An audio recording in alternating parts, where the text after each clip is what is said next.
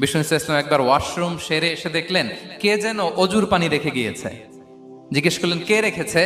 বলা হলো আব্দুল্লাহ ইবনে আব্বাস রেখে, ছোট্ট আব্দুল্লাহ। বিষ্ণু ইসলাম খুশি হয়ে গেলেন, হায় রে, সে কিভাবে খেয়াল করলো, আমি এখন ওয়াশরুম থেকে আসলেই তো আমার অজুর পানি লাগবে।